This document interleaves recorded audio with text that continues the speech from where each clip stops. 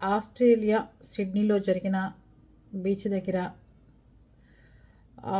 ఉగ్రవాదులు ఇద్దరు తండ్రి కొడుకులట పైగా కాల్పుల్లో వాళ్ళు పిల్లల్ని టార్గెట్ చేశారట. ఫస్ట్ పిల్లల్ని టార్గెట్ చేస్తే వెంటనే ఆ పిల్లల అమ్మా నాన్న పాపం నిజంగా చూడండి, నేను దేంట్లోకి వెళ్ళిపోతాను.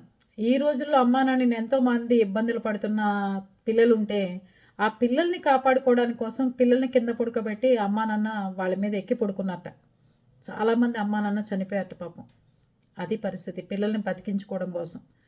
ఇంతలోకి ఒక హీరో ఆయన వచ్చి వాడిని వెనక నుంచి పట్టుకుని ఆ గన్ను లాక్కుని తనకే గురిపెట్టాడు. అహ్మద్ అతని పేరు. చూసారా, ముస్లింలే పాకిస్తాన్ నుంచి మనని చంపడానికి వస్తే అదే ముస్లిము ఎంతోమంది ప్రాణాలు కాపాడాడు. ఇట్లాంటిది గొడవలు జరుగుతున్నాయని చెప్పి తన దేశం నుంచి ఆస్ట్రేలియాకి వలస వచ్చాట అతను. ఏమీ లేని ప్రశాంతమైన జీవితం గడపాలి అని. ఆ